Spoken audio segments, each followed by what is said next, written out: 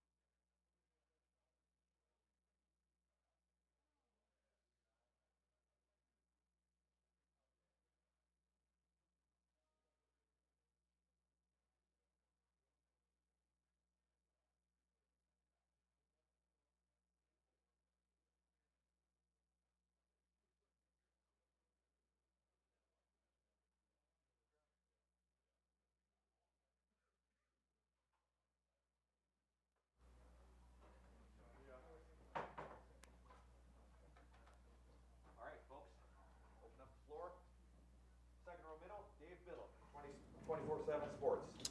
Ryan, schematically, how much different is Michigan under Mike McDonald compared to what they were under Don Brown? Significantly different. Yeah, I think this style of defense is a little bit more NFL oriented. The way that they're structured, I felt like Coach Brown was a little bit more college oriented, and they're very good. They have very good personnel, and they've done a good job this year. Your first game in the rivalry was in 2017. Is it one of those things where you can be told time and time again, whether you're a player or a coach, but until you experience it, you don't really know what the intensity level is like in this game? Yeah, I would say so. And I thought I'd seen a lot of games, and before we even kicked the ball off, they tell me that JT took a shot in his knee, and he may not be able to play before he even played a single snap in that game. So I knew at that point we were in scramble mode, and Dwayne had to come in the third quarter. So.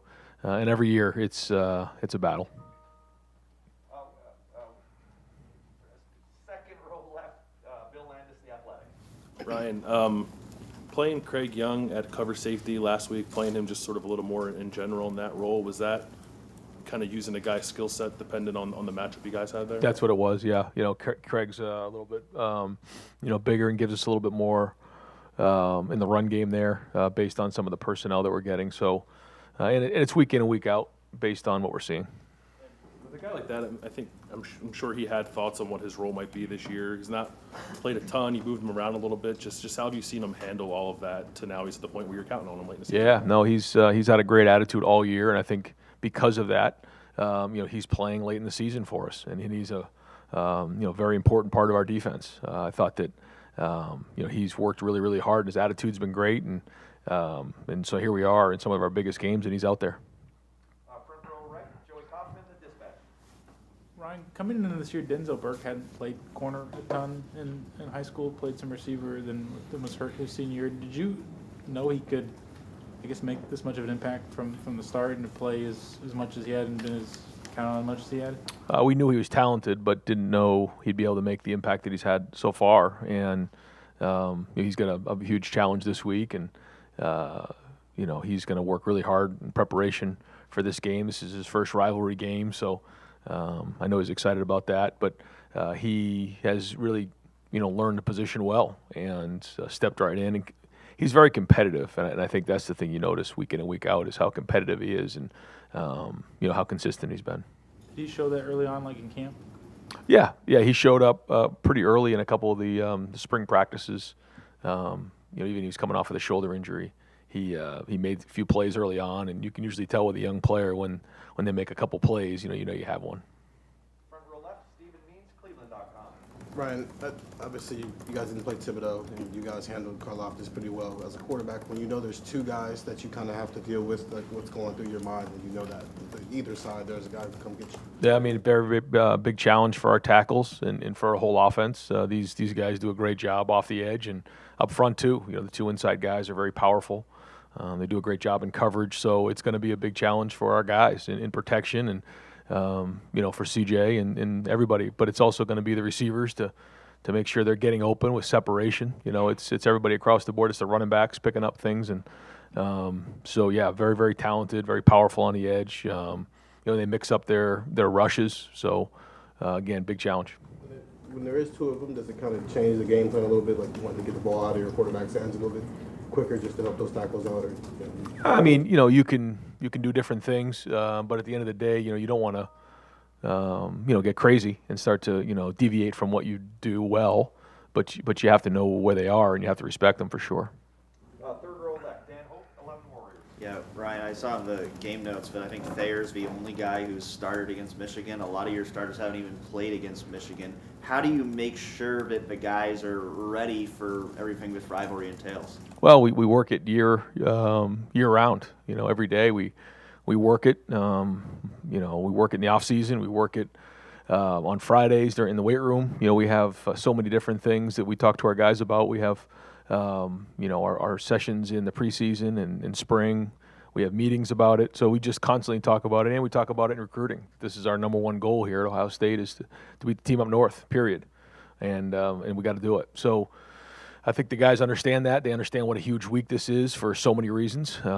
First off, just the rivalry itself, and then secondly, there's everything on the table here. Certainly, an opportunity to go to Indianapolis. So, we have their attention. Those guys have not played in the game though, and it's a first time for everything. So they got to do a great job in preparation. But at the end of the day, they can't also make it bigger than it is. They have to just go out there and prepare and do what they've done all season.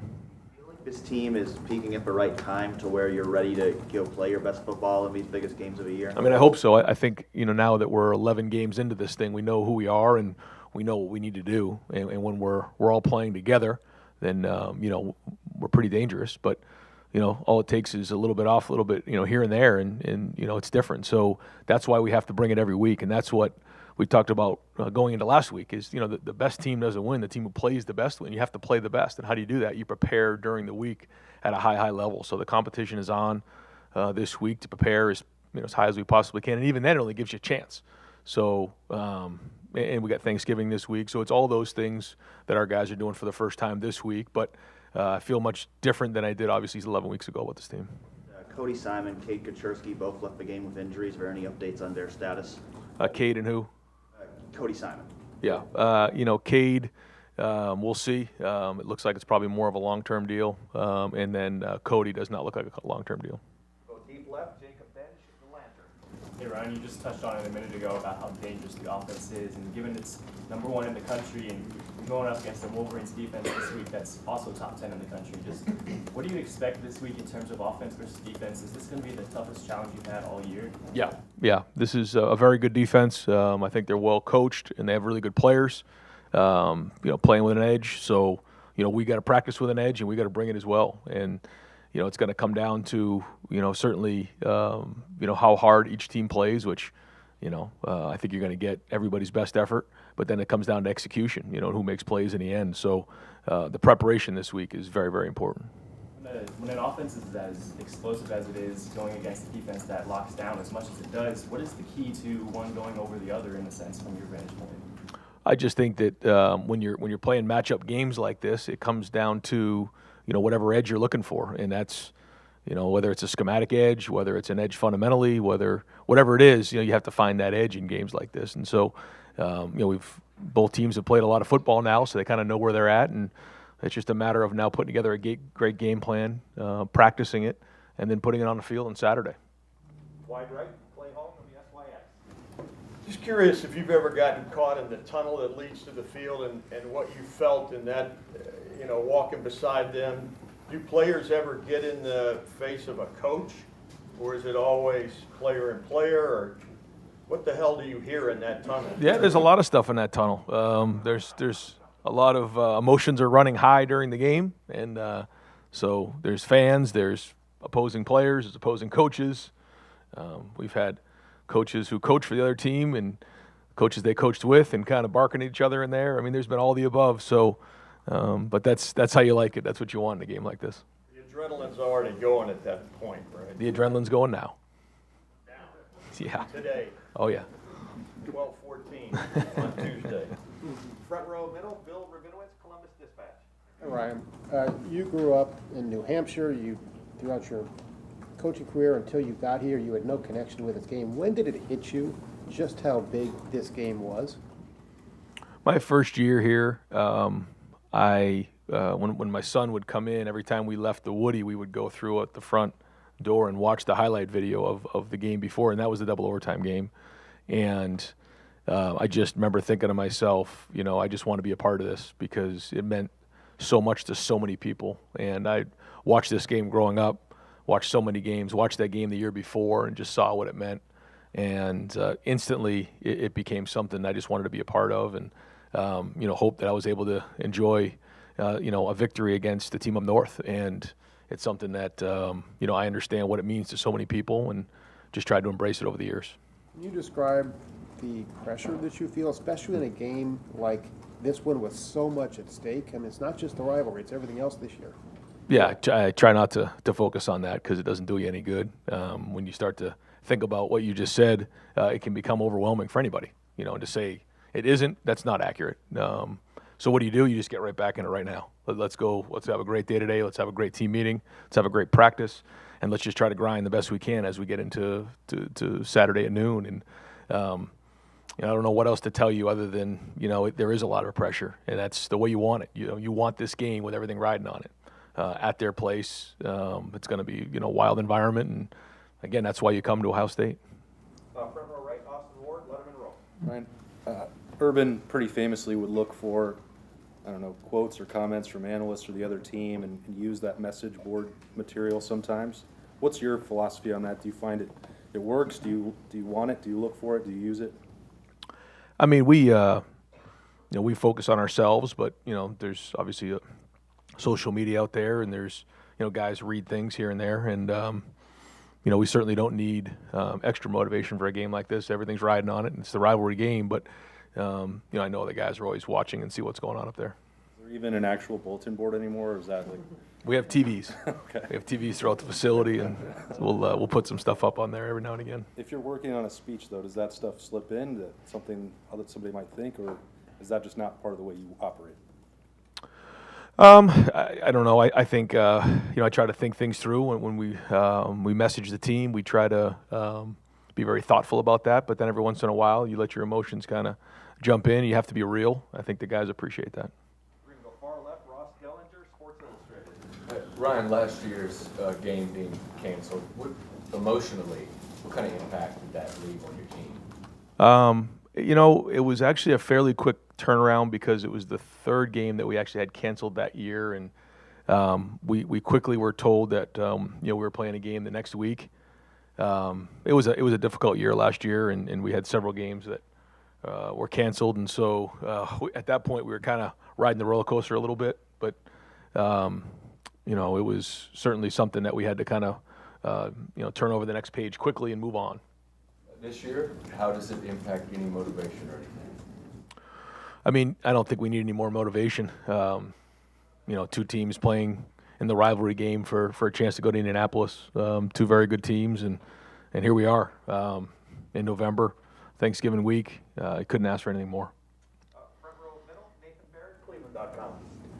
Do you know yet if Emeka is available on Saturday? I guess it's kind of a two-part question. First on him, and then secondly, why was Julian the guy that you chose out of everybody to take that on last night? We're hoping to have Emeka for this weekend available, but Julian, he first off, he wants to do it. He really was kind of in Parker's ear all month about getting back there, and then certainly when Emeka was unavailable, he wanted to get in there and kind of owned it. And I thought he did a couple good job on a couple of the returns, and we're getting close there. But I think that Julian has the big playability to take one back. He's big, he's strong, he's powerful, he's got good running skills, and so that's another weapon for us back there. How much do you prepare to see J.J. McCarthy mixed in with their offense, and what are just your analysis of what you've seen from him in the way they've used him this year? Well, he's very, very talented, and he has kind of a dual threat approach to his game. He can do some things in the the ride and decide game, and he can also throw the ball. He's quick, and so he has a little bit of that dual threat. And so it seems like that's kind of what they've done a little bit when he's been in the game. But he can also throw the ball really, really well. So we'll have to go through and really look at the film and find out what the tendencies are. But at the end of the day, we're not going to change really what we do defensively based on who's in the game. They don't have that much of a different package. Over here far right. Barry, WBNS. Do you work on this game year-round, and if so, what kind of things do you do, and how much do you watch them throughout tape of what they do? Yeah, we always have one eye on them. It's just the way we go. We do our business, in recruiting or in the season. You can't be crazy about it, otherwise you're going to get distracted from what the task at hand is during the season. But we always have an eye on them, and as you know, in the off season we have different things that we do, whether it's in practice or in the weight room, that's dedicated towards this game. There's a lot of traditions that go with this game: senior tackle, the marching band. Every coach that's been here has tried to put their print too. Have you created anything now that you're the head coach for this week? Well, not really, other than just trying to continue the great tradition that's been here. I think there's a lot with this week. There's a lot on our guys' plate, and some great traditions. Obviously, the band coming on Sunday night is a great tradition. We have Thanksgiving We always bus up to Ann Arbor. So there's a lot anyway with Thanksgiving and everything this week. So the biggest thing for us is just, really talking to our guys about how to manage this week, how to get your rest, how to stay focused. And with a little bit of a different week, with so much going on, really not a little bit, a lot going on, just really focused on preparing to play the best game they can possibly play at noon. And that's really what we've spent our time on. Front row right, Jeremy Birmingham, Lettermen Row. Ryan, in a game like this with CJ, who's so calm and, always just sort of easygoing, knowing what's coming on Saturday, do you guys arrange for him to talk to guys like Justin or JT or Dwayne about what to expect in that stadium and, how to prepare for this game differently? No, because while it's obviously a huge game for so many reasons, the game itself isn't any different than playing the game, against a really good opponent. You have to still go out there and play the game. You can't overthink things. Certainly there's a lot riding on it. But other than that, we're still playing football, and it's still going to be, a loud environment and all those things, and against a really good team. So, there's certain things you want to talk about, but there's also things that, you just got to go out there and do what you've done all year and have confidence in that, because we've built up, a lot of good reps this year. How much do you think playing at Nebraska helped you guys get ready for this? Because, it's not the same rivalry, obviously, but the atmosphere in Nebraska was pretty good, and a fan base that's very, intense. Yeah, I think, even the first game against Minnesota, and playing on some of these road games has been great, and it's all part of the puzzle on where we've gone today and part of the journey. And this will be a new step in the journey. After on Saturday, on Sunday morning, our whole team will have played in this game. That'll be another new thing. There's been a lot of new things this year, and so this has been obviously on our schedule for a long time. We've been preparing for it, and so now we got to have a good week. Fourth row middle, Patrick Murphy, 24/7 Sports. Ryan, similar to what Bill asked you, but when there's, say throughout the records, I think you said that after the game, but when the records are what they are this year, yeah. Does that change anything? Not necessarily what you do, I know how you guys prepare for it, but just the mentality of going into a game when, like you said, there's everything on the line. No, the preparation is going to stay the way it is, and that's something that we've always talked about, is just our standard and, focusing on us. But that being said, when you play against a really good team, you got to do your homework. You got to know where their strengths and their weaknesses are, what they do schematically, all of the above. So, I think there's a part of that that's true. You mentioned watching this game when you were younger. Was that just because of how big it is? I know there's plenty of rivalry games that happen across the country this week, but being in Massachusetts, were you aware, of this? Maybe not on the level you are now, but different than maybe in Alabama, Auburn, or some of the other rivalry games. Yeah. I just it was just growing up one of those things you just always watched. If you love college football, this is the biggest game there is, and just to remember, great games and so many people caring so much about this game. And it didn't really matter where you were. Certainly in Ohio and up north, it was front and center. But across the country, it's the same way. Got time for just a few more. Deep left, Brendan Gulick, Buckeyes Now and Sports Illustrated.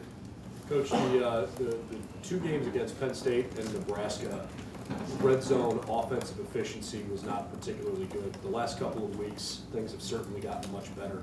What has been cleaned up the last couple of weeks that's enabled you guys to be more efficient? I think we've been cleaner, just overall execution. The penalties have been down. We got to keep that up if we're going to win this game. I think we had one penalty last week total. And when you look back on those games, there was a ton of them, and a bunch of them on offense, just foolish ones that got us off schedule. And certainly when you get off schedule in the red zone, that's when you really get yourself out of whack. I feel like the run fits have been better. We've been doing a better job staying on schedule in the run game and being more efficient there. So I think when you combine all those things, it's allowing for better efficiency.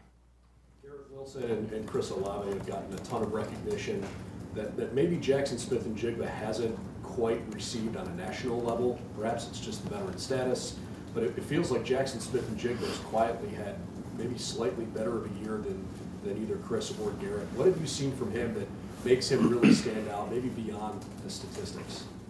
Well, I just, I don't know who, when you say better year, I don't know what that means. I think they've all played at a high level, and I think Jackson has done a very, very good job on the perimeter blocking. He's done a good job on third down. He's done a good job on first down. He's been just efficient with what he's done. And I think all three of the guys are different. They bring different things to the table. But the thing that I really appreciate about all of them is their unselfishness. And certainly with Jackson, early on, he was doing a lot of the blocking and just different things like that. And the ball was, maybe going to, Garrett and Chris a little bit more. But, you never saw him get selfish about it at all. And then all of a sudden it's come around and he's played well. So all three of those guys got to play well. And you just don't know going into a game who's going to get the majority of those touches. And it's not anything good or bad, for any three of them. It's just sometimes the way the game goes. Third row right, Tim May, Lettermen Row. Yeah, just a couple of quickies.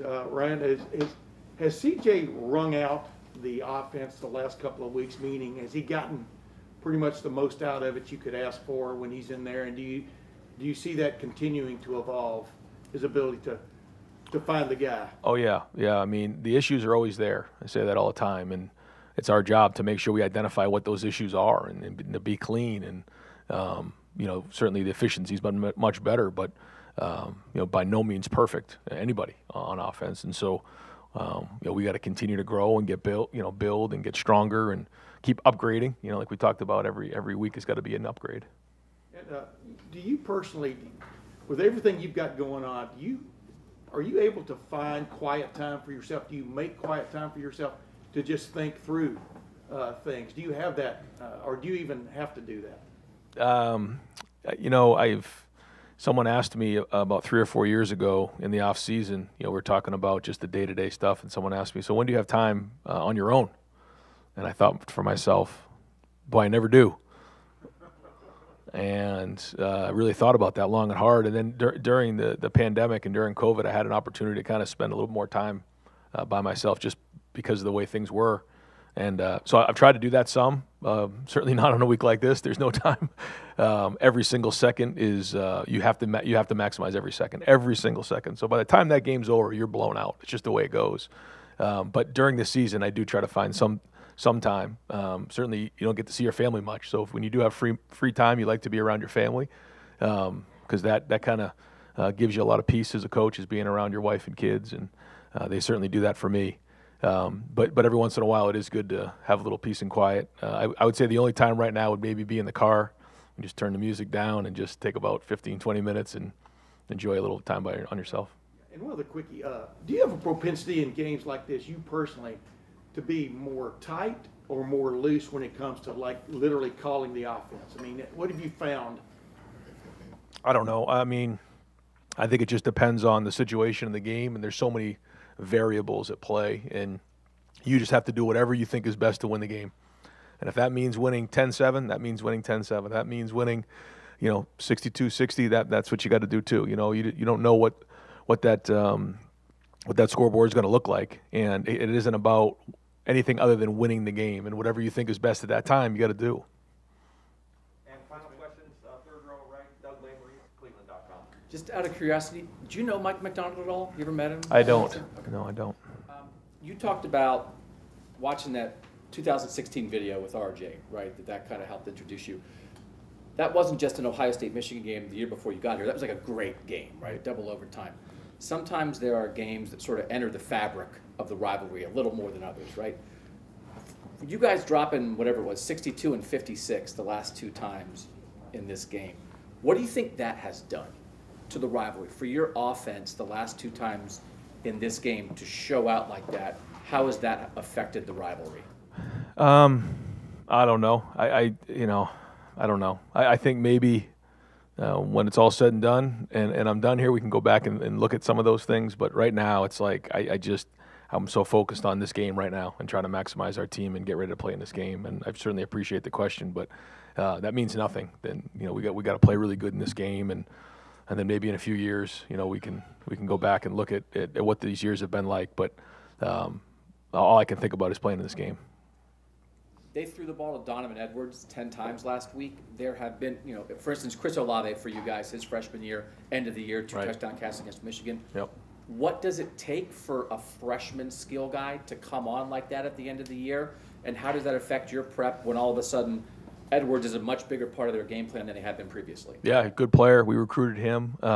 He's the same year as Trey, and has a good skill set. So like you said, when Chris, that freshman year, he blocked the punt, had 2 touchdown catches. Then the next year, Garrett really came on the scene. And that was a big game for him as a freshman. And so I use those two examples all the time to a young freshman that sometimes it takes that full year for you to get your feet in the ground. And certainly Donovan's a good player and a lot of respect for him. And so it looks like he's really coming into his own right now. So we got to be aware of where he's at.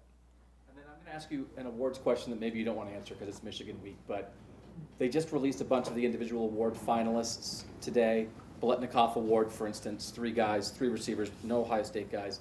All American teams are being selected right now. Some of us in this room are voters on stuff. From your viewpoint, what would your advice be to any voter on all this stuff about how you differentiate a team that has a lot of good players doing something and maybe guys who are standouts and are great players, but stand out more on other teams? I think you know what I'm asking, I do. and I just think, we vote for this stuff. It can be hard. I'm just curious what your advice would be on that. Yeah, and I don't like talking about it during this week, and I usually don't like talking about it in general, individual awards, but I will say that I agree. I think the individual award should go to the best players, not necessarily the best statistics. And I think that sometimes there's a lot of, different scenarios for the players at Ohio State. We just, like you said, we have several good players on both sides of the ball. And sometimes we get into games where they're maybe not playing as many snaps as some of the other guys across the country. So I think that should be taken into consideration. Great. Coach, thank you. Okay, thanks.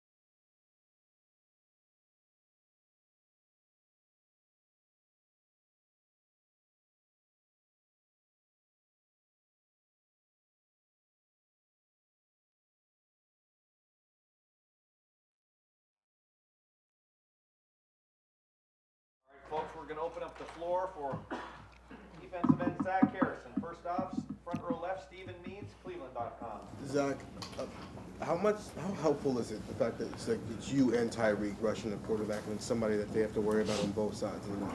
Yeah, it's, I've definitely noticed that my game has gotten better when Tyreek plays more, because it's who you're going to slide to. You leave either of us one-on-one. We're both capable of winning the majority of our one-on-one matchups. So, it's guaranteed one of us going to get one-on-one almost all the plays. And, I've all faith in him that he can get pressure on the quarterback, and he got the same faith in me.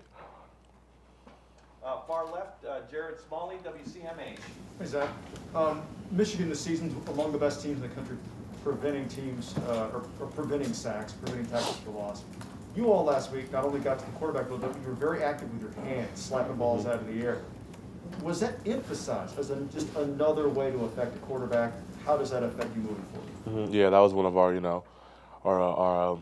goals for the week is to affect the quarterback, and that's something that we always have in the D-line room. But in the defensive meetings, we emphasized it last week. And if you can't get home, put your hand up. Coach says a batted pass is the same as a sack almost. It's a new set of downs for the offense, and they got to they're behind the chains. So it's something that we emphasize and we worked on every day at practice. Third row left, Dan Hope, 11 Warriors. Zach, to not get the opportunity to play Michigan last year, you lose one of those opportunities. Does that make this game, even more important to you? I mean, this game's as big as it can get every single year. So, as much as added motivation, there's really not much. We got to play a team up north, and you got to go get a win. And there's a lot of guys on this team who haven't played them yet because you guys didn't have the game last year. What do you maybe say to some of the younger guys to make sure they understand just how big this game is? They know.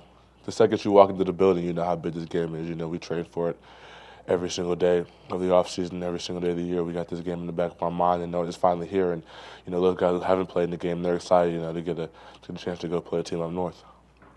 Front row middle, Bill Rabinowitz, Columbus Dispatch. Zach, could you just kind of give your analysis of Michigan's defense or Michigan's offense? What kind of challenges they pose to you guys? It's kind of similar to last week. They're a run-heavy team. They like to stay on schedule and like to play action pass off their run game. They like to run the ball a lot, and that's something that we got to do a good job of keeping them off schedule.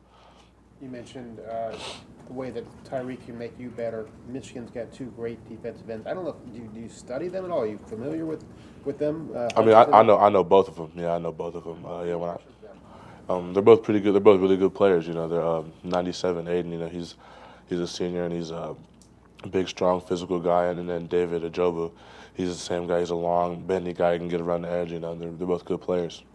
Right next door, Joey Kaufman, Columbus Dispatch. Zach, when the game was canceled last year, how did you process that?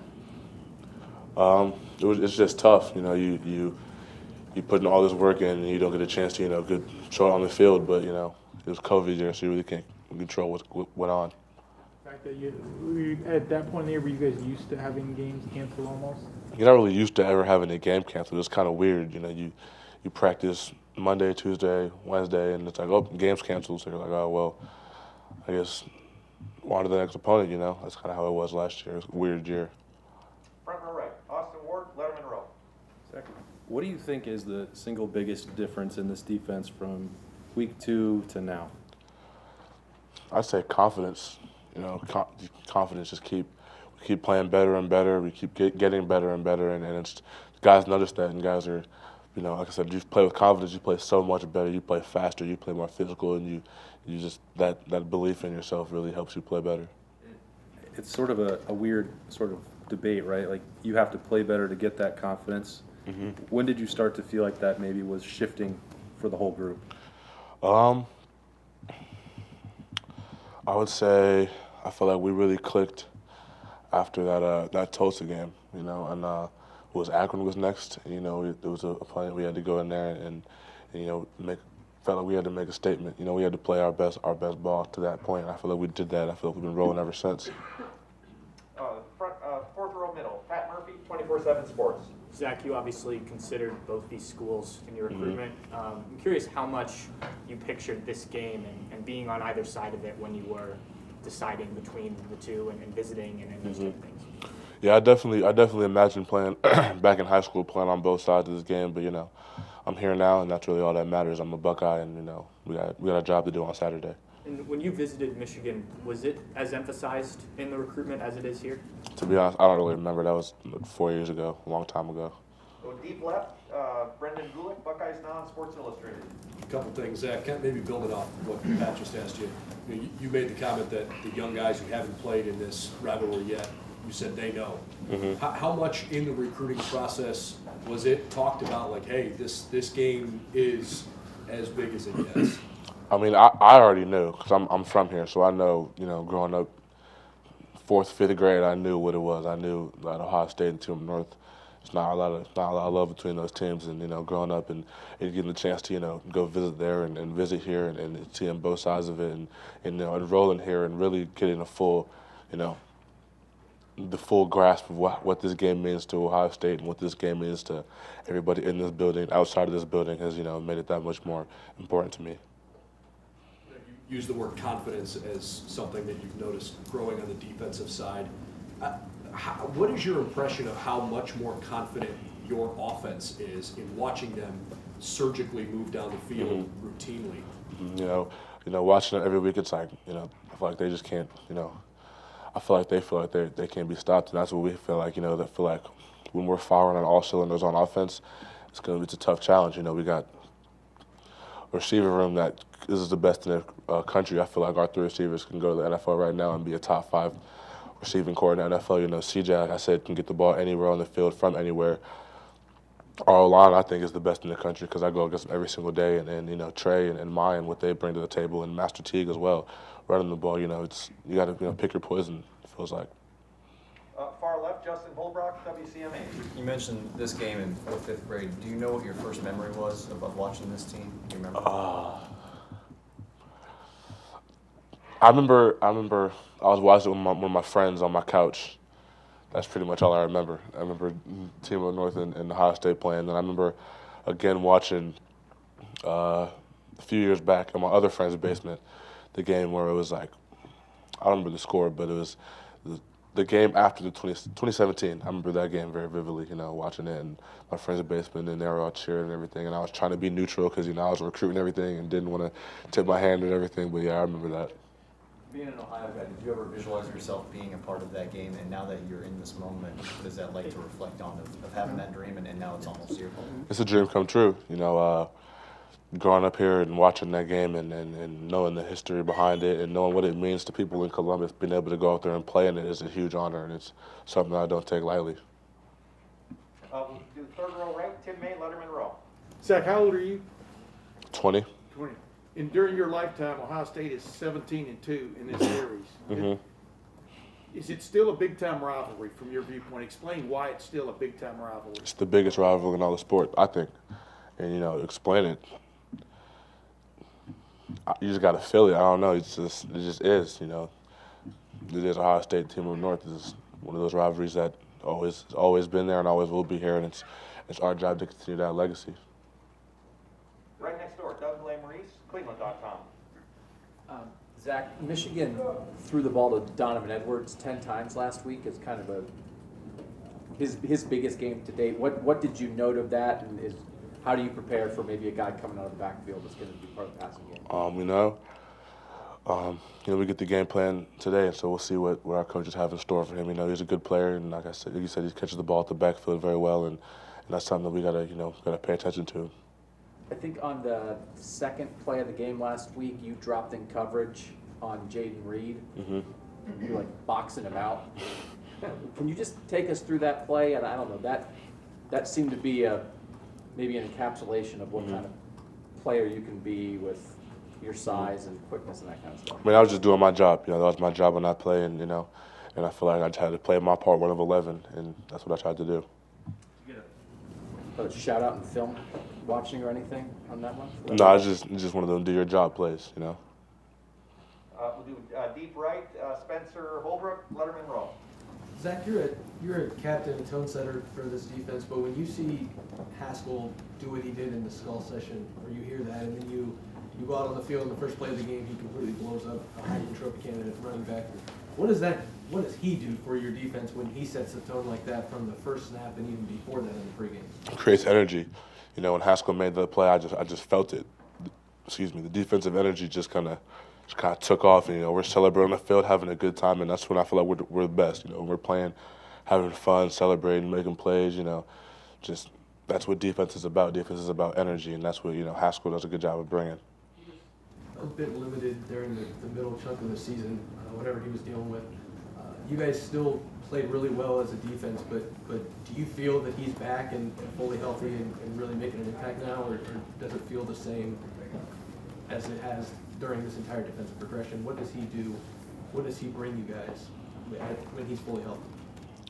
Like I said, he's got really good big playability. I feel like he's always got the ball in his hands somehow, and that's something that a lot of D tackles don't have. Like, how do you always find your way to pick up the ball? That's something that you really can't teach. Just like I said, the big playability, and that's what he brings. And like I said, a bunch of energy. I love playing next to Haskell because I know he's on the same page I am, and along with the rest of the D line, the rest of the defense. When you have a defense that's all on the same page, and like I said, playing together, having fun, it's going to be hard to beat.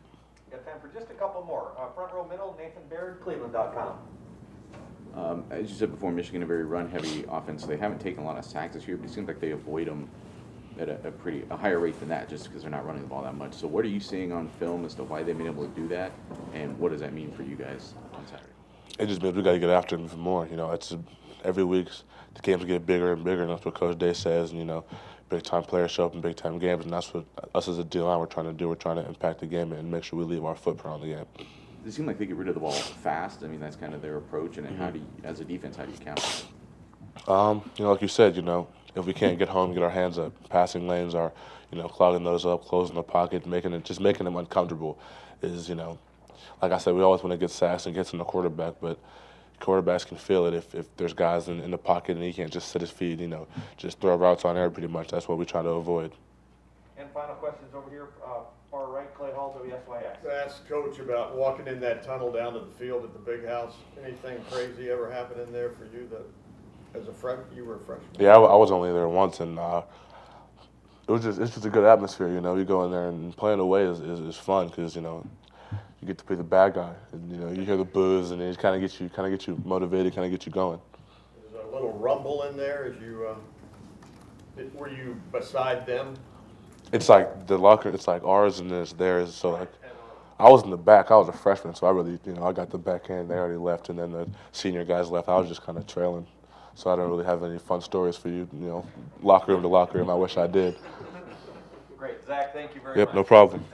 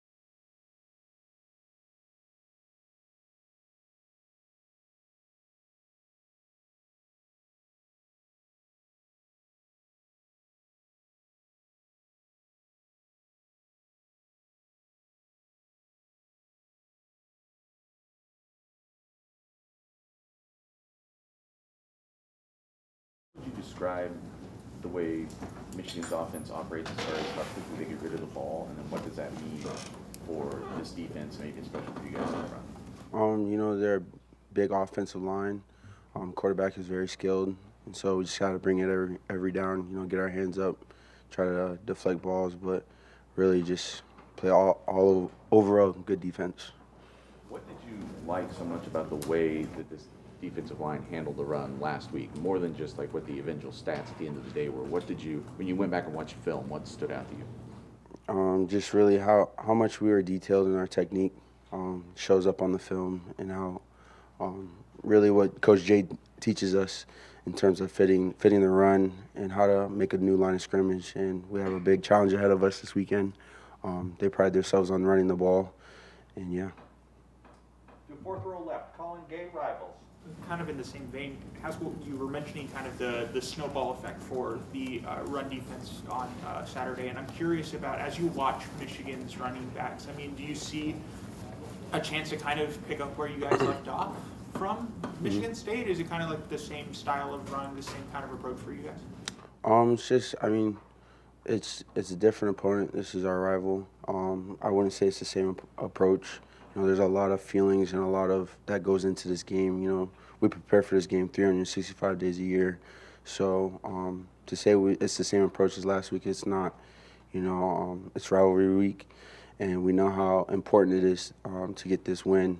And for the running backs are very versatile. They're great running backs in the backfield, and we have a big challenge ahead of us this weekend. Do you feel like momentum, though, just based on, you know, shutting down kind of a Heisman hopeful in the backfield, can give you guys, I mean, Zach Harrison was talking about confidence for you guys, and I'm curious, does that kind of, could that snowball into kind of the confidence and just the mentality of what you guys do against Blake Corum or maybe Blake Corum and Hassan Haskins?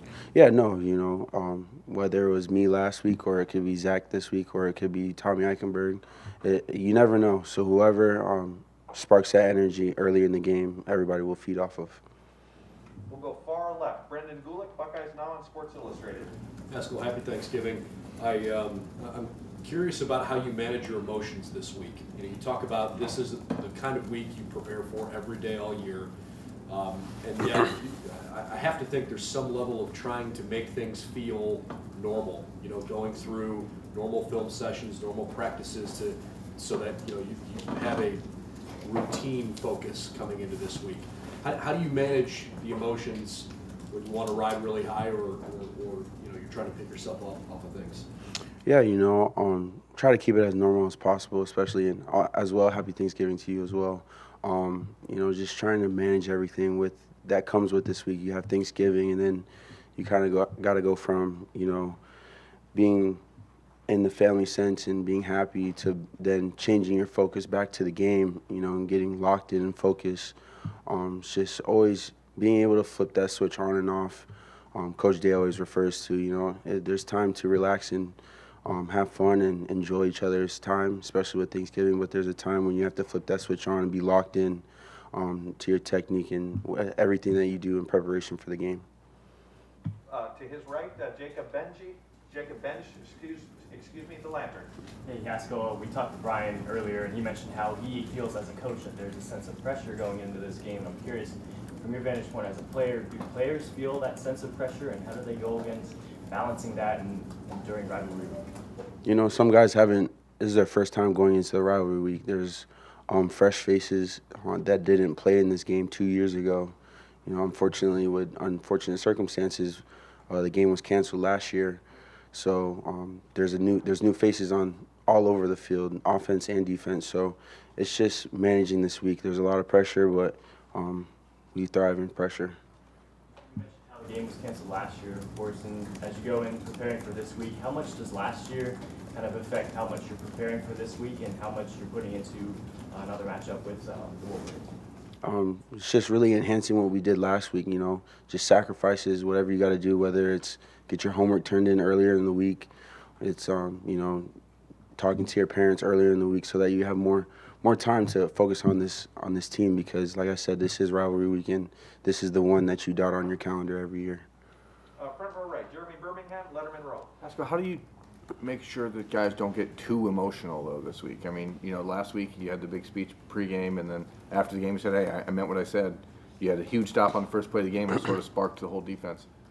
But you know that this game's a little different in the way that things happen pregame and all the jawing back and forth. How do you keep guys from not going too far? Just kind of reverts back to what Coach Day says. You know, play with emotion, don't let emotion play with you, and so we need everybody out there, whether, you know, just in between plays, just getting chippy. You don't want a guy thrown out over a stupid penalty.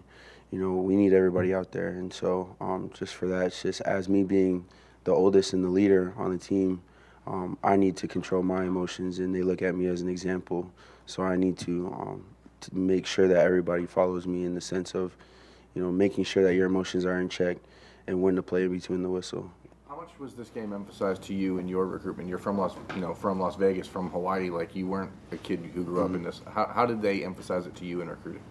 When I first walked in the building, there was no blue pens. There was no, you know, you couldn't wear blue. Me coming from Bishop Gorman, our colors were orange and blue, and so when I walked in, I had a blue sweatshirt on. Immediately, it was taken off, and Coach Meyer, the head coach at the time, really emphasized how much this rivalry is, and how much it means to not only us in the university but the fans as well. Right next door, Austin Ward, Lettermen Row. Haskell, has all that emphasis that you heard about during your recruitment, has it lived up to playing in that game? I mean, it's just I truly, honestly believe it's the greatest rivalry in sport. You know, this dates back. I've had people's grandparents talk about, great-grandparents talk about this rivalry when, you know, Woody Hayes was here, and how much this meant. And I mean, it runs deep, not only in the football program, but in all of state of Ohio. How much thought had you given to your pregame speech on Saturday? I know you said you said it and you meant it. But like, was that just in the moment? Did you plan on saying that all along? What goes into that? I mean, I didn't plan on saying it. It was on my heart, and that's how I felt going through that week. You know, it's just it wasn't planned out at all. It wasn't a shot. It was just what I was feeling and what my emotion was feeling at the time and place, and I said it, and so yeah. Deep right, Spencer Holbrook, Lettermen Row.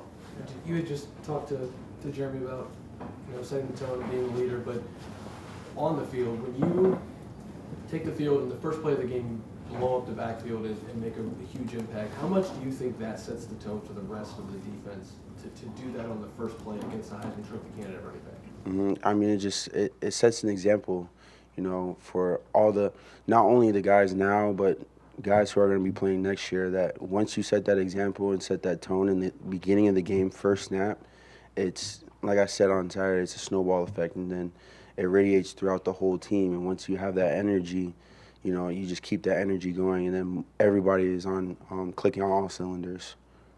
Right next door, Mark Coons, ToledoTV.com. Tomorrow, Haskell Garrett's Thanksgiving giveaway. Tell me a little about that, the motivation behind that, the inspiration behind that, what you're hoping to accomplish. Yeah, no, in high school and even growing up, it was always emphasized in my family to give back, you know, and I felt that with NIL and the funds that I made through NIL gave me this great opportunity to use my platform and to use the financial funds to help, you know, other families in the community of Ohio. And I feel that with all the support that we have, it's something that I can do personally to give back to the community. Got time for just a couple more. Third row right, Tim May, the Emeritus Journal. I don't know what that means. Wait, this isn't my real question. What was the tradition, Hawaiian Thanksgiving Day? What y'all have? It's a lot. You know, there's turkey. You know, your traditional turkey, yams, collard greens, stuff like that. But for me, it was really just going outside and preparing the pig with my parents and with my family members. And when you sit up all night with your cousins and just talk and have that family time, just to slow down and have that quality time with your siblings meant the world to me over just meals. And that's what we really emphasize. A lot of things are based around meals in Hawaii and in the Polynesian culture. And, you know, you get to really connect and love your siblings. With all the social media and things that are going on in the world, it allows you to stop and put a pause on things. When you make that speech you had, or the little talk you had in the before the game, and then you step up and make that play, did it feel like a shot of adrenaline goes through you, or was it like getting hit by a lightning bolt? What was it like to follow through, if you follow my drift? Yeah, I mean, whether it's a shot of a lightning bolt or a shot of adrenaline, just really, it just came through me, and for me to do that, and for it to be able to energize the whole team is truly a blessing and an honor. It just really shows how much my brothers really trust me and allow me to set an example for them, and them to feed off of me and be that energizer bunny. And then one last quickie. You guys bust your rear ends almost 24/7, 365 around here to play in games like this. What is it like to be going into a game where everything you've worked for, and obviously it's like that for you guys almost every week, but I mean now it's like, win or stay home, so to speak. Yeah. What is that like to kind of be facing that moment? I mean, it's what you love about Ohio State. It's why you're recruited here. It's why you commit here. It's to be in moments like this. You have 2 back-to-back weekends with College game day. Like, who doesn't want that as a top recruit? And I just feel that around here we live under pressure and we love chaos. So I'm excited for Saturday. And final questions for Haskell, front row middle, Bill Rabinowitz, Columbus Dispatch. Haskell, you had your breakthrough year last year, then you're denied the chance to play Michigan. How much did that factor into your decision to come back, to be able to play one more time in this game? I'd say it was a part of it. It was a small snippet, but for me, really, to come back I wasn't quite ready to leave the Brotherhood yet, and for me to have the opportunity with a COVID year was that opportunity to have one last year with my brothers, and leave behind a great legacy, and to just leave Ohio State better than when I found it. And, I know you went through some injury stuff middle of the season. How do you feel now? Do you feel like you're back to being the Haskell Garrett you want to be? I feel 100%. Great. Haskell, thank you very much. Thank you. Nicholas? Hey, Haskell.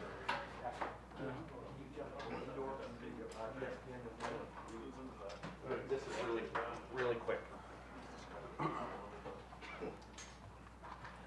All right, we have Nicholas Petit-Frere up front. We'll open up the floor. Front row left, Nathan Baird, Stephen Means, Cleveland.com. We kind of look alike, I get it.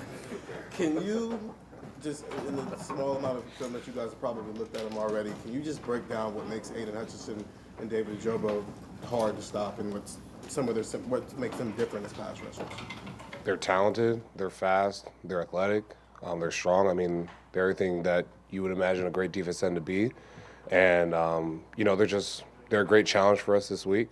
It's a great opportunity. I mean, I think we've had a really good stretch of games here in November and October as well, that we've had some amazing pass rushers that we've had to go up against as a team, and amazing defense we had to go up against as a team that have been kind of touted as probably some of the best defenses in the country. I think the Big Ten this year has really had a great time showing how good of a defense we have in the Big Ten country, and I think that a lot of teams, including ourselves, have shown that throughout the country. So this is just another challenge for us, and those are 2 amazing and talented defensive ends that we're about to go up against. Does it change preparation? Because I know George Karlaftis, that's just him. When it's 2 of them that you are maybe more notable names. I mean, almost every person we play is pretty notable. I mean, like I said, every single week we've gone up against amazing players, and although some guys maybe don't have the same notoriety as the other players that we're talking about, almost every single week there's always some talented guy that we're going up against that have an amazing moves and have an amazing skill set, and we prepare for them like we prepare for them every single week, which is we work hard, we have a great Tuesday practice, have a great Wednesday practice, have a great mental day on Thursday, another mental day on Friday, and get ready for the game on Saturday. Front row right, Joey Kaufman, Columbus Dispatch. Nick, last week you went through senior day. What motivated you to do that, and was that your last game at the shoe? The reason that motivated me for me to have a senior game was because I graduated this fall. Right now, it looks like I'm going to possibly graduate with possibly like a 3.5 or like a 3.7 for this fall semester. And with that being said, I should be done with all my classes academically for me to have my degree in business marketing. So I decided that since I was going to be graduating, that's the reason why I wanted to go and walk, because it was a testament not only to myself when I came here. That was one of the main missions, was for me to go and get my degree as quickly as I can, whether that had been 3.5 years, like we always talked about, or 4 years as well. But also it was a testament to my mom, because one thing that me and her always talked about was that I wanted to be the first male in my family to ever get a college degree. And that was something that I was really passionate about, and that's something that I strived for every single year that I've been here. And I felt like that was a testament to her, that I would give her the opportunity to see me walk when I got my degree, and I felt like this was a great opportunity for us just to walk. Front row right, Austin Ward, Lettermen Row. Nick, I don't think you graded out as a champion last week. Is that Jerry's fault that he just left you off, or was there something last week that you didn't Yeah. That is Mike's fault, actually. Mike, yeah, I was about to be confused. I was like, I graded out 85%. I was like, damn. So you were. Yeah. Okay. I mean, I was like, dang, I guess something happened. I guess they checked the film back. Okay. He wasn't on there. I thought that would have been surprising because you seemed like you played pretty well.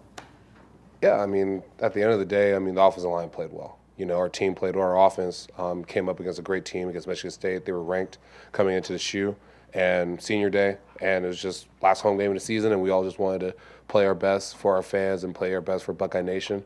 And I feel like we were able to do that. We came out rolling in the first quarter and the second quarter really well, and then we were just striving through in the third and fourth quarter. Our defense had an amazing game as well. So in terms of me playing well, I think I played well because the team played well, and that's usually how it goes, because we always talk about if you do your job and everyone does their job, we'll always do well.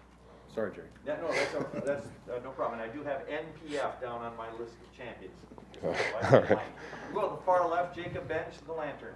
We talked with Ryan about how you're part of the #1 offense in the country, and you're going against a defense that is top 10 in the country, top 3 in the Big Ten. Do you view this week as going to be the biggest challenge you've going against in terms of defense this season, and why do you feel the way you do? I mean, I think it's the biggest challenge because it's a team up north. I mean, regardless of what they're ranked or anything like that, at the end of the day, this is one of the greatest rivalry games in all of sport. It's called the game for the reason, you know, and it's one of the most taxing and most energy that we ever give to any single game, any single opponent that we have, because we prepare for it for 365 days a year. So it's just, that's the reason why I would think it's probably the most challenging, because we know that they've been preparing just like we have, and we're here for us to go and try to win that game, because that's probably one of the biggest games of the year, and that's what makes and breaks our season. When you're a part of an explosive offense, and then you're going to go up against a defense that plays really tight, plays really well against other teams, what is the key for one of them to kind of prevail over the other, in your opinion? I would say execution. That's something that we talked about a lot during the season. Just making sure that we execute every single play, every single time we get onto the field, because when we're executing, we create energy on the field. When we create energy on the field, that's usually when we have our offense rolling, and that also gets our defense rolling as well. And whenever our defense is executing and getting stops on third down and things like that, that gives us energy as well. So it's just kind of a vice versa kind of like synergy between us. So I would say that that's probably the thing that I would attest to that. Right next door, Brendan Gulick, Buckeyes Now and Sports Illustrated. Nick, who is in practice this week?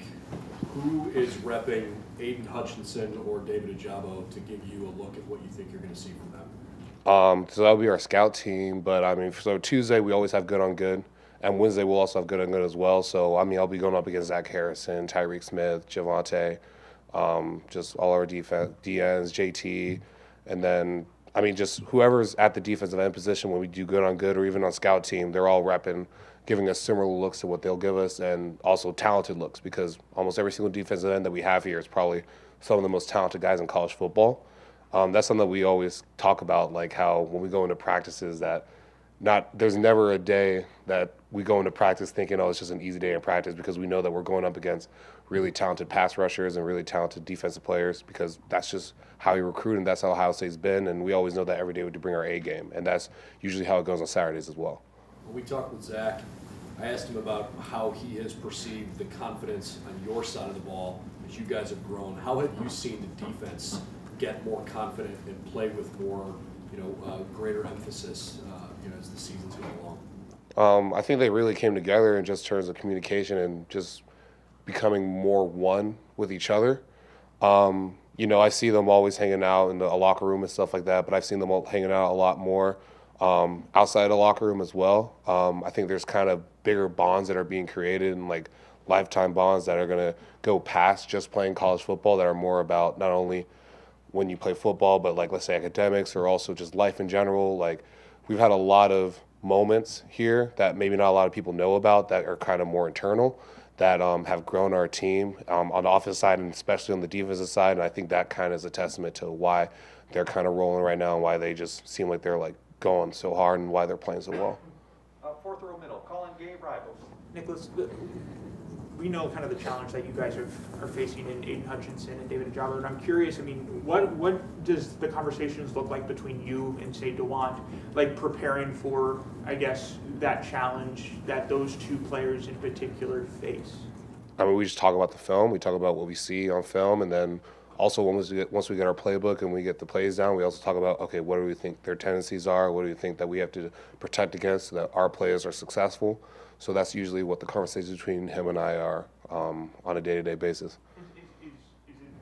Has DeWant kind of, molded into kind of someone you're like, yeah, this is someone I trust on the end to kind of make sure, because Michigan has a distinct pass rush and a lot of pressure being put on the backfield and has affected a lot of other Big Ten teams. So I'm curious, I mean, is he someone that you're like, yeah, this is someone that we can trust to make sure they don't get to CJ or Trevion in the backfield? I mean, he's been starting literally every single game this whole season. And that was a testament to how he's been in terms of the winter and then spring ball and then fall camp. That's something that we as an offensive line saw, Coach Studd saw, and then also Coach Day saw, and we all felt that, you know what, he's been having a great time. He's been training hard. He's been doing well academically. He's been doing well socially with the team and everything like that. And that usually culminates into someone getting playing time and then in his position being able to become a starter, not only being a starter, but being one of the best players in college football right now. He's really showing out. And for his first year playing, like, I couldn't imagine him having a better season. Front row middle, Nathan Baird, Cleveland.com. Going back to what you were saying about the execution and how that kind of creates energy with the offense, did something feel like it got corrected between Nebraska and Purdue, and that's creating the energy you guys are playing with right now? I wouldn't necessarily say that something got corrected. What I would say is that we executed better. Because at the end of the day, the only thing that can stop us is ourselves. At the end of the day, that's kind of what we say here, is that we're a good enough team for us to go out and compete and for us to score on almost every single team in the nation. But the thing that can stop us is more about ourselves and if we don't prepare well, or if we don't execute well during practice, or if we don't have a great mental day on Thursday or a mental day on Friday. Like, those are the things that can contribute to us not performing well on Saturdays. So I think there's probably been a heightened sense of focus in terms of every single day and making sure every rep counts. And I think that's kind of contributed to why we've been playing well and why we maybe sputtered a little bit midway through the season, but then we also picked it back up. As also as a testament to our resiliency and our ability for us to take one play or one game, and if it wasn't the best game, to push it aside and say, look, we have another week, we have another opponent, we can't dwell on the things that go wrong. We have to improve. Whether or not we do well during the week or not, we have to improve and find a way to get better. You were also missing Tyreek Smith for a good chunk of the season from those good-on-good practices. How has it changed those since he's been back? I mean, he's gotten more competitive. I mean, regardless of the fact of if he was injured or not, or if he wasn't at practice or not, like, we still have to compete every single day. But, this adding a Tyreek Smith to a defensive line like that is just adding another amazing player. Like, it's not like, you know what I mean? Like, the defensive line is probably one of the best in college football, and you're just adding to it. That's usually how it goes, that we never really have to, like, create a whole new defensive line. We always have great defensive linemen that come in every single year. And with that, I never really say that, we need to add to the defensive line. It's like, they just added this guy. And although they maybe replaced a guy from a year past, it's like, no, they're not really replacing. They improved the guys that they already had. So the defensive line is still going to keep improving. And every single year they improve and get even better. And they compete even harder every single year. So that's kind of how I see that, is that although he wasn't there, we still had amazing practices. We still had hard practices against really good guys. And just adding him just made it even harder and a better challenge and more competition during the week. Got time for just a few more. Front row, middle, Bill Rabinowitz, Lettermen Row. No offense, but Formerly, and then now the dispatch. Founder of It's all about promoting you guys. Trying to get a lot of promotion out there. Sweet's getting to you, Jerry. Your adrenaline will be high just because of the rivalry anyway, but is it extra going against, let's say, Hutcherson, just knowing that battle within the battle is going to be such an important part of the game?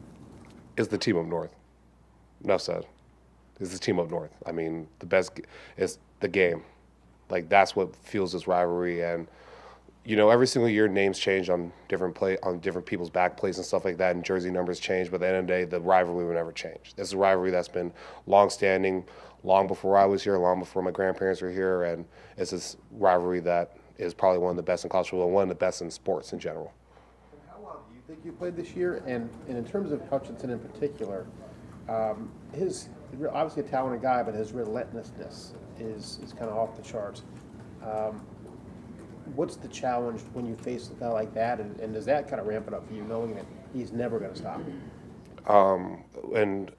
Responding to the first part of your question, I think I played well. I mean, overall, every single week I'm always looking to improve. There's never been a week that I've said that I played perfect, and no matter what I had in terms of how we graded out here or whatever we did on the field, there's always room for us to improve. That's something we always talked about, that there's always room for us to improve as offensive linemen.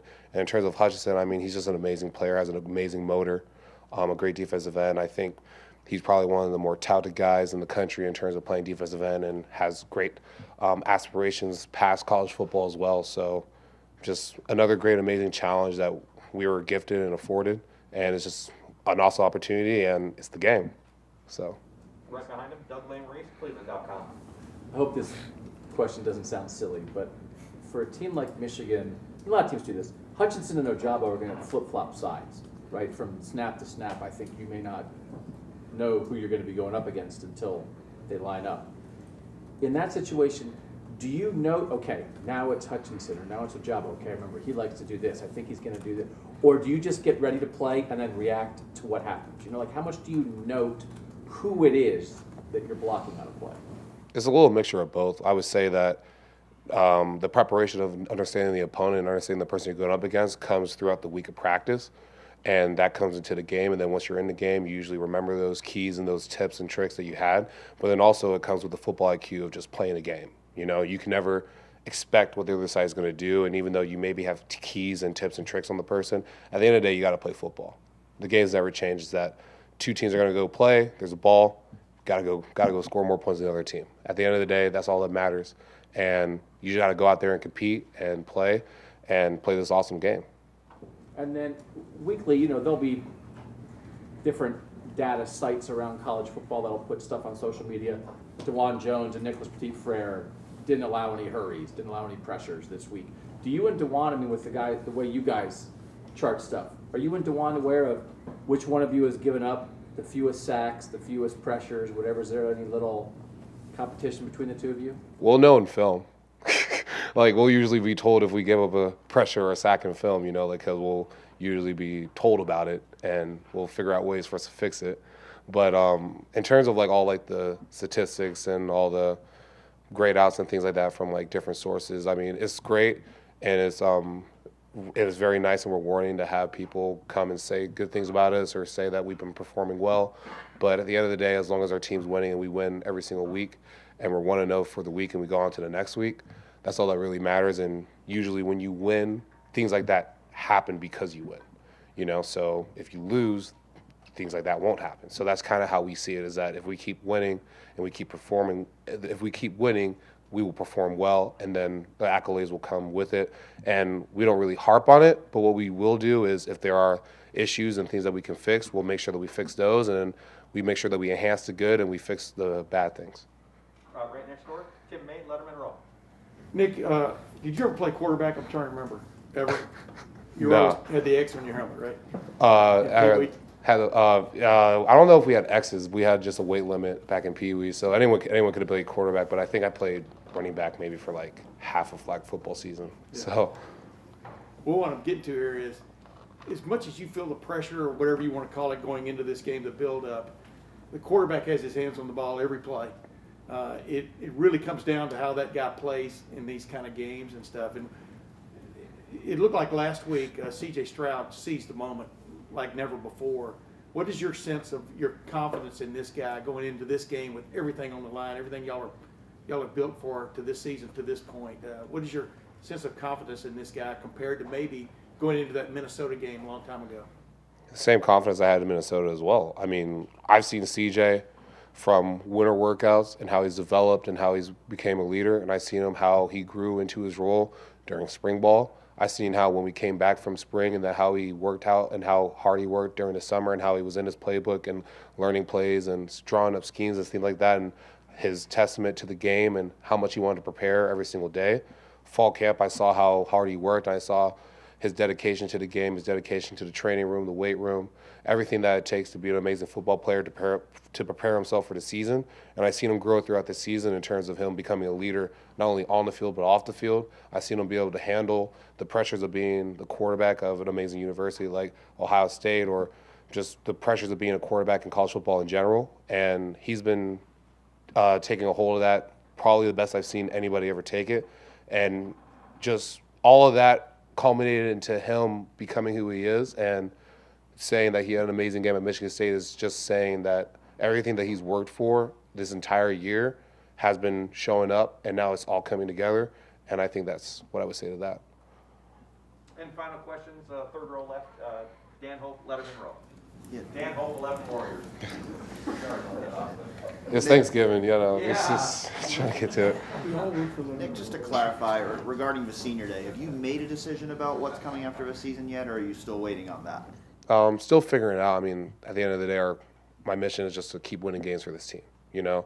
And like I said, for the senior day, I just wanted to walk because I got my degree, and I felt like that was a good thing for me and my mom to have that moment and share that with each other, because that was something I always wanted to make sure I got done. And I didn't want to wait on that moment because I was like, I didn't really see the need for me to wait on capturing my degree if I knew that I was going to have it in my hand, and she knew it as well. So Personally, I mean, you haven't started a game against Michigan yet, even though you've been here for 4 years. Just how much does this mean to you to finally get that opportunity to play a major role in this game? I mean, it's everything. I mean, we always talk about contributing here at Ohio State, and we always talk about not only contributing in terms of just the season in general, but in this game, in the game. And, you know, it's just amazing to be a part of the history. It's amazing to be a part of what it means to be a part of the game and to go up against a team like that and to have my name etched in the history books in terms of being able to play in a game like that. And it's just an honor and it's a blessing, and, you know, just excited for Saturday. Great. Nicholas, thank you very much. All right. Thank you.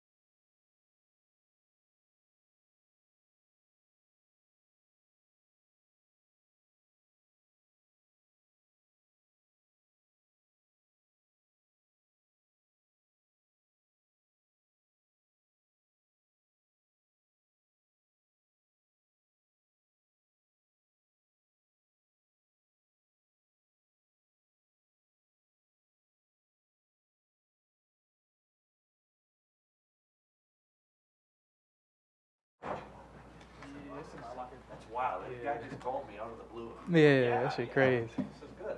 All right, we'll open up the floor for Chris Olave. We're gonna just get this out of the way.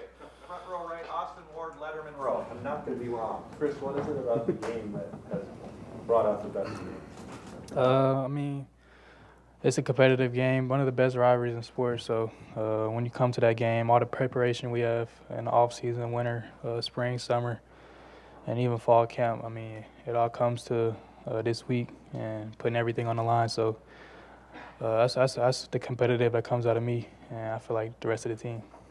As somebody who goes through the full 365 and how important the rivalry is, and the fact that you've also played really well in these games, how much did it hurt last year to not have it? It was weird. It was a weird year, COVID year. I think 3 of our games got canceled, and unluckily, that was a game that got canceled. But I'm just glad we get to play in it this year, so I'm looking forward to it. Right next door, Jeremy Birmingham, Lettermen Chris, Row. Michigan was one of the teams that recruited you towards the end as you were starting to kind of become well-known. Mm-hmm. How did the value of this game change between what they did on the recruiting trail and what Ohio State did? They both recruited me real hard. At the end of the day, it was a decision I had to make for my future, and that didn't make an impact, but I have respect for that program, and it's a great team, and I'm looking forward to playing. Sorry to cut you. Did their staff talk about this rivalry at all in the recruiting effort at all? A little bit. I didn't get that deep into that school, but I talked to them a little bit, but I was kind of leaning towards other schools. Right behind him, Tim May, Lettermen Row.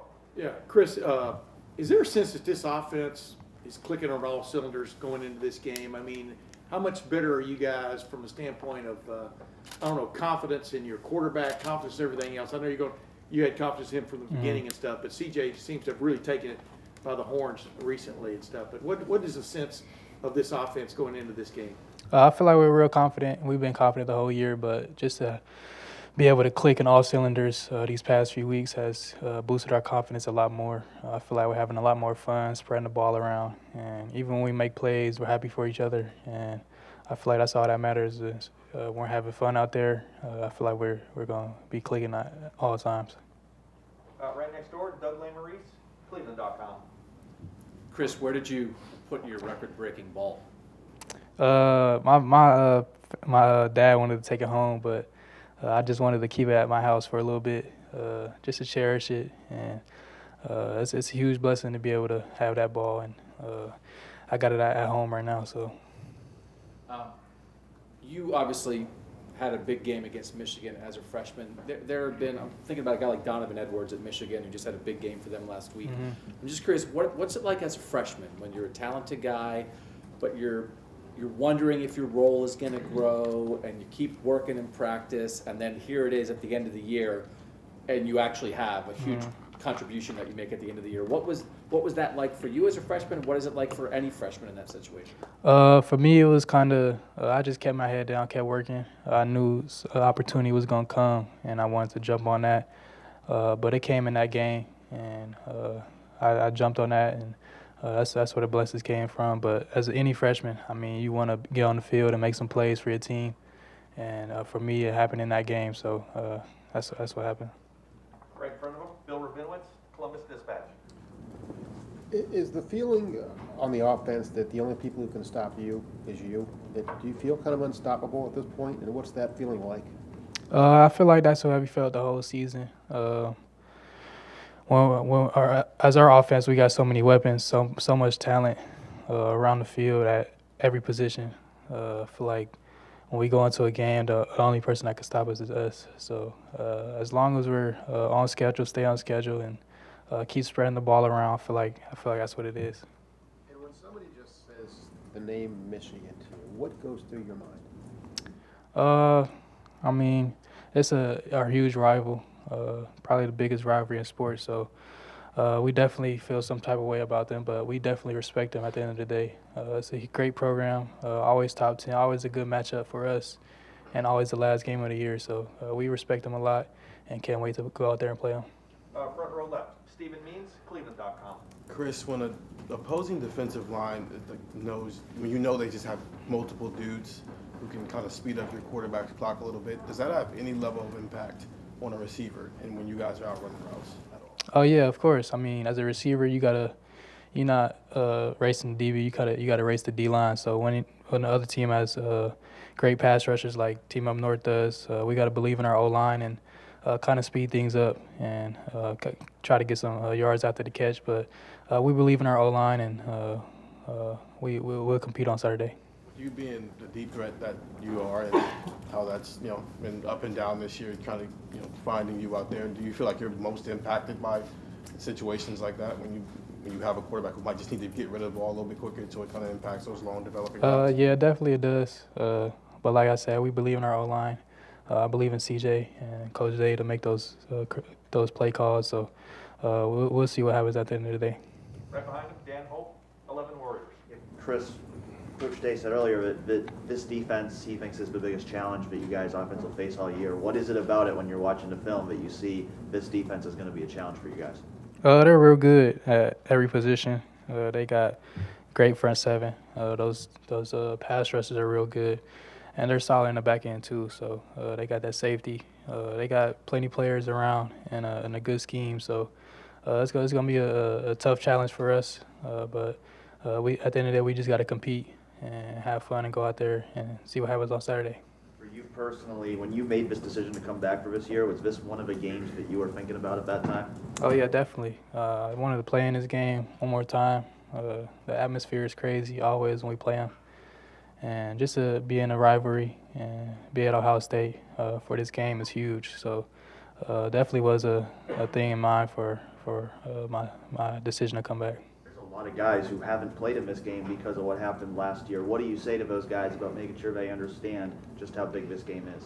I believe they understand. The freshmen that came in last year, they've been preparing almost 700 days for this game, so I know they're prepared. And the freshmen that just came in, I know they're prepared. So it's just a matter of time for when the game comes, and I know we'll be ready. So.